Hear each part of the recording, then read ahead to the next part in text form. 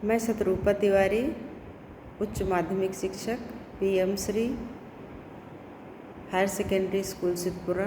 आज आप लोगों को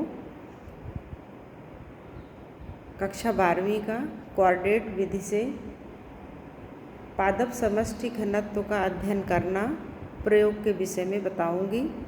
बच्चों को प्रैक्टिकल करना तो आसान लगता है, लेकिन उसे कॉपी में लिखना बहुत कठिन मालूम पड़ता है और बच्चे अक्सर गलतियां कर देते हैं प्रैक्टिकल कॉपी में लिखने में। कोई भी प्रायोगिक कॉपी होती है, उसमें शुरुआत में ही कुछ प्रयोग दिए रहते हैं, जैसा आप इसमें भी देख रहे हैं, इस तरह से दिए रहते हैं और बच्चे इसी की सहायता से अधिकांशतः लिखते हैं। बच्चों को जबकि जो हम प्रैक्टिकल कर रहे हैं किस विधि से किया, कैसे किया, उसी क्रम में हमें प्रायोगिक रिकॉर्ड में प्रैक्टिकल को लिखना है। तो आज मैं आप लोगों को कोऑर्डिनेट विधि द्वारा पादप समष्टि का अध्ययन करना, इसे प्रायोगिक रिकॉर्ड में कैसे लिखेंगे ये बताने वाली हूँ। तो जैसा कि आप देख रहे हैं, ये प्रायोगिक फाइल है, इसमें हमने लिखा हुआ है। आपको कैसे लिखना है आप देख सकते हैं। इसमें सबसे पहले ऊपर हम लिखेंगे उद्देश्य, सबसे पहले आपको उद्देश्य लिखना है। कोऑर्डिनेट विधि द्वारा पादप समष्टि घनत्व का अध्ययन करना। उसके बाद आवश्यक सामग्री, कोऑर्डिनेट, नोटबुक, पेन। उसके बाद घनत्व, किसी जाति के प्रति इकाई क्षेत्र में सदस्यों की संख्या उसका घनत्व कहलाती है। किसी क्षेत्र में उपस्थित एक जाति के सदस्यों की कुल संख्या घनत्व को प्रदर्शित करती है। उसके बाद हम फॉर्मूला लगाएंगे।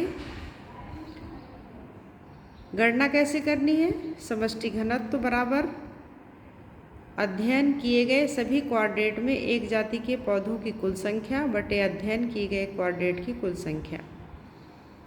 अब यहाँ पर हम सारे ही पौधे जिनका नाम हमने ABCDEF दिया हुआ है, उसको सूत्र में रख करके और उसका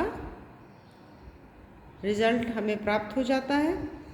यहाँ पर आप देखेंगे हमने इसकी सारणी तैयार की हुई है। सारणी में हमने सबसे पहले सरल क्रमांक, पादप जाति का नाम, कौन सी जाति का पौधा है उसे हमने ABCDEF नाम दिया हुआ है। प्रत्येक कोऑर्डिनेट में एक जाति के पौधों की संख्या, जितनी बार हम कोऑर्डिनेट रखते हैं उसमें कितनी संख्या है पौधों की, उसे हम क्रमशः लिखते जाते हैं।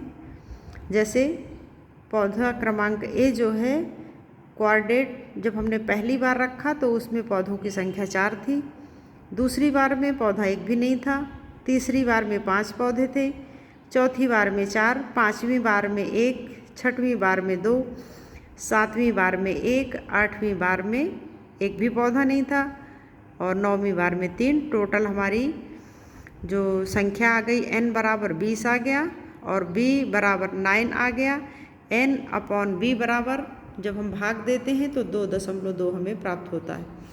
इस प्रकार हम देखते हैं कि पौधा B जो है उसका समष्टि घनत्व 1.5, C का 1.8, D का 1.8, E का भी 1.8 और F का 1.4 आता है। तो यहाँ पर हम देखते हैं बच्चों कि जो समष्टि घनत्व हमने ज्ञात किया उसमें जो पौधा A था उसका घनत्व सबसे अधिक है, तो ये हमारा परिणाम हो जाएगा। समष्टि घनत्व के संबंध में दिए गए क्षेत्र में पौधे A का घनत्व सर्वाधिक है जो कि 2.2 है, ये हमारा परिणाम हो जाएगा। इसके बाद हम लिखेंगे सावधानियाँ।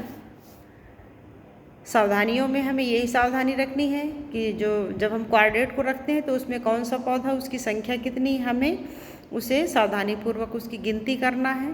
कोऑर्डिनेट का प्रयोग हमें रैंडम रूप से करना है। हम ग्राउंड में जाएंगे और कोऑर्डिनेट को ऐसे फेंक देंगे।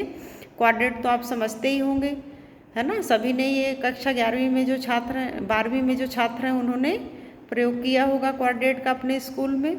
यदि आपने नहीं किया है तो मैं आपको बता दूं, कोऑर्डिनेट एक चौकोर लोहे का या लकड़ी का बना हुआ एक फ्रेम होता है। यदि हमारे पास फ्रेम नहीं है तो एक धागे की सहायता से भी हम धागे का कोऑर्डिनेट तैयार कर सकते हैं। उसके 4 जगह उसमें हम नॉट लगा दें और चारों कोनों में 4 बच्चे उसको पकड़ करके और कॉर्डेट को ग्राउंड में रख सकते हैं।